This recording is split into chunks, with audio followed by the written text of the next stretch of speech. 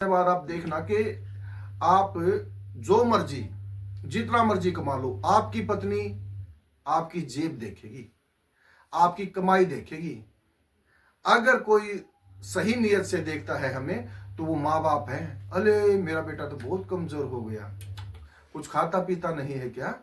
मतलब अगर केयर है तो माँ बाप को है। अगर वो जीवन साथी भी आती है तो उसकी नियत जो है वो हमारी कमाई के ऊपर है।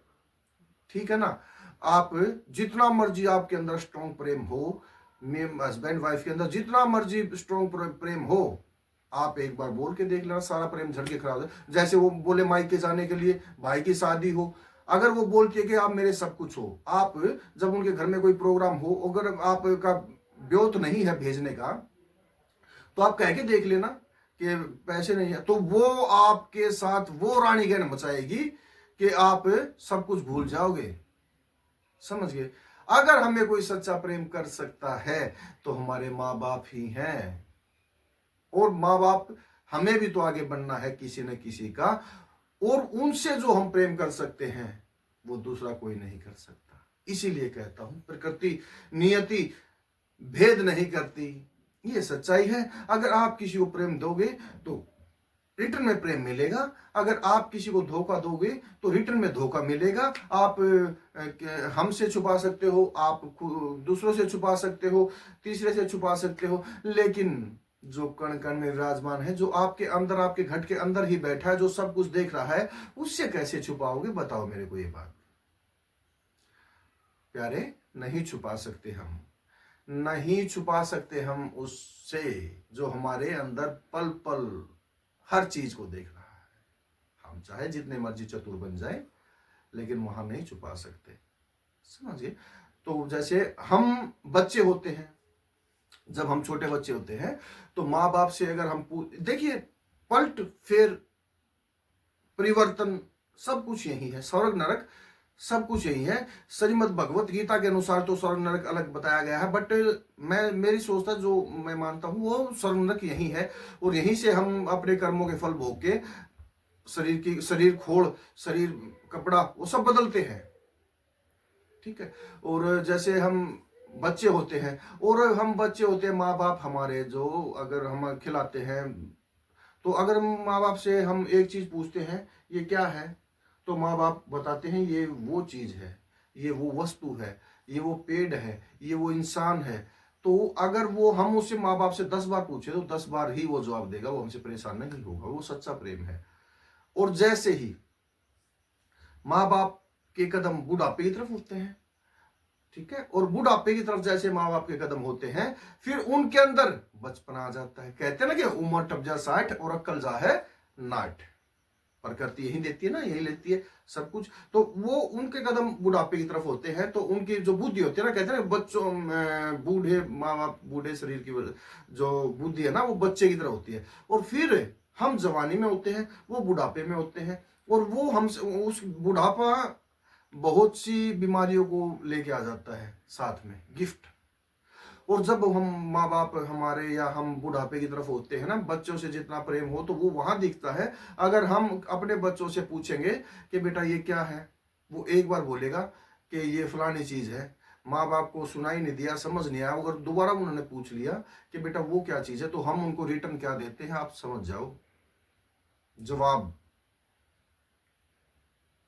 जवाब हम उनको क्या देते हैं, ये आप समझ जाओ। और माँ बाप को भी मैं एक बात कहना चाहता हूं, देखिए हम जैसा बीज बोएंगे, अगर खेत खाली पड़ा है तो उसके अंदर घास फूस ही उगेगा। जब तक हम उसके अंदर अच्छा सा बीज, जैसे गेहूं बोएंगे तो गेहूं प्राप्त करेंगे, कपास वो खड़ बोएंगे तो कपास प्राप्त करेंगे, जो हम बीज बोएंगे वैसी हमें प्राप्ति होगी। तो मतलब ये है कि हम जैसे बच्चों के अंदर संस्कार डालेंगे वैसे ही हम में आगे मिलेगा, वैसा ही मिलेगा, अलग नहीं मिलेगा कुछ भी। जैसी संगत वैसी शोभा, यही बताया गया है, और यही चीज है। जैसी संगत वैसी शोभा यही है कि हम जैसा करेंगे वैसा हम भरेंगे। हमारे कर्मों के अंदर, ऊपर हमारे कर्मों में परमात्मा बिल्कुल नहीं लिख के भेजता ये चीज। कहते ना कि परमात्मा ने लिख दिया ये होगा वो होगा, नहीं होगा भाई, किसी वहम में मत जियो।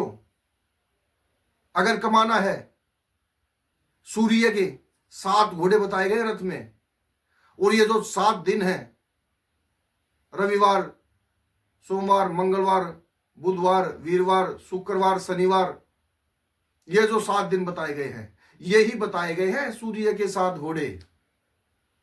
और सूर्य क्या, सूर्य का प्रतीक क्या है, सूर्य किस चीज का प्रतीक है?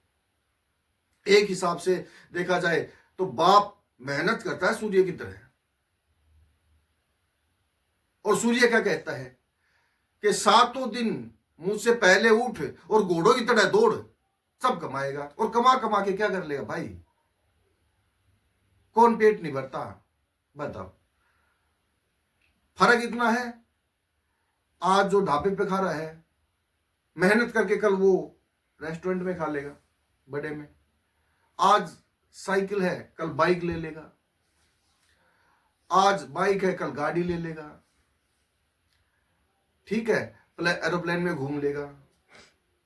लेकिन वो तो नहीं किया ना उसने, आगे जाने की तैयारी। सब कमा कमाया यहीं रह जाएगा। यहां से उस परमात्मा की सिक्योरिटी इतनी टाइट है, इतनी जबरदस्त है, इतना है कि मतलब आप वहां पे 1 फूटी कोड़ी नहीं ले जा सकते। जितना मर्जी आप जितना मर्जी कोशिश कर लो, नहीं ले जा सकते। और ज्यादा कमाओ, कोई दिक्कत नहीं, कमाओ जितना मर्जी। इंसान भाई कमा ले, तू तो कमाई के पीछे ही कड़ा सरवाड़ेगा, कभी भरा नहीं। और इंसान और जानवर कभी भूख से मरा नहीं। ठीक है ना? जितना मर्जी कमा ले, कोई दिक्कत परेशानी नहीं, कमा ले भाई। लेकिन उसका आनंद कौन भोगतेगा? ये देख ले, तू कमा किसके लिए? तू कमा रहा है, लेकिन उस कमाई का क्या, आप कितना भोग लिया सुख? पानी के बुलबुले जैसी जिंदगी है, पता नहीं कब फूट जाएगी। समझ गए? पानी की बुलबुले जैसी जिंदगी है, नहीं पता कब फूट जाएगी। तो मैं यही कहना चाहता हूं, आप जैसा करोगे वैसा भरोगे। जो भी आप करोगे, कर रहे हो, वैसा ही आप भरोगे और वही आपको मिलेगा। तो मेरा कहने का मतलब यही है, अगर आप किसी से प्रेम करते हो तो बेटा याद रखो, धोखा जरूर मिलेगा। समझ गए? अगर आप किसी से लाभ की अपेक्षा करते हो तो नुकसान भी आएगा। अगर चाहते हो कोई आपको गाली ना दे तो स्वार्थ में मत घुसिए, प्रेम में मत घुसिए, धोखा मत खाओगे। धोखा नहीं खाओगे अगर किसी प्रेम में नहीं घुसोगे तो। हाँ, परमात्मा कहते हैं कि मैंने तुझे अपने लिए बनाया है कि तू भजन करेगा, सिमरन करेगा। जब हम गर्भ में होते हैं तो उस परमात्मा से, परमपिता परमात्मा से क्या, सतगुरु महाराज से, सच्चिदानंद महाराज से क्या वादा करके बाहर आते हैं कि हे प्रभु, हमें इस नरक से बाहर निकालिए और हम आपका सिमरन भजन जप करेंगे। और यहाँ की रंग रौनक को देख के हम सब कुछ भूल जाते हैं। कहाँ गए वो वादे, कहाँ गई वो कस्में? बताइए। तो इसीलिए परमात्मा कहता है मैंने बनाया तुझे अपने लिए और तू चाह रहा किसी और को, और जा, जिसे तू चाहेगा वो भी चाहेगा किसी और को। ये भी सच्चाई है, क्योंकि परमात्मा ने हमें जो बनाया गया है उन्होंने अपने लिए ही बनाया है। हम इंसान अगर है, इंसान बनाया गया है बंदगी का, नहीं तो है थैला गंदगी का। ठीक है? तो मैं यही कहूंगा कि परमात्मा पे ध्यान दीजिए, अपने सतगुरु महाराज के बोले वचनों पे चलिए और नाम दान लीजिए। उनकी कृपा से ही जीवन सफल होगा, उससे फायदा होगा। देखिए, टलता कुछ नहीं है, फर्क इतना है, परमात्मा का नाम लेने से जो सूली होती है वो सड़ी में बदल जाएगी, पहाड़ कंकर में बदल जाएगा। लगे आए तो जरूर गा, दुख सुख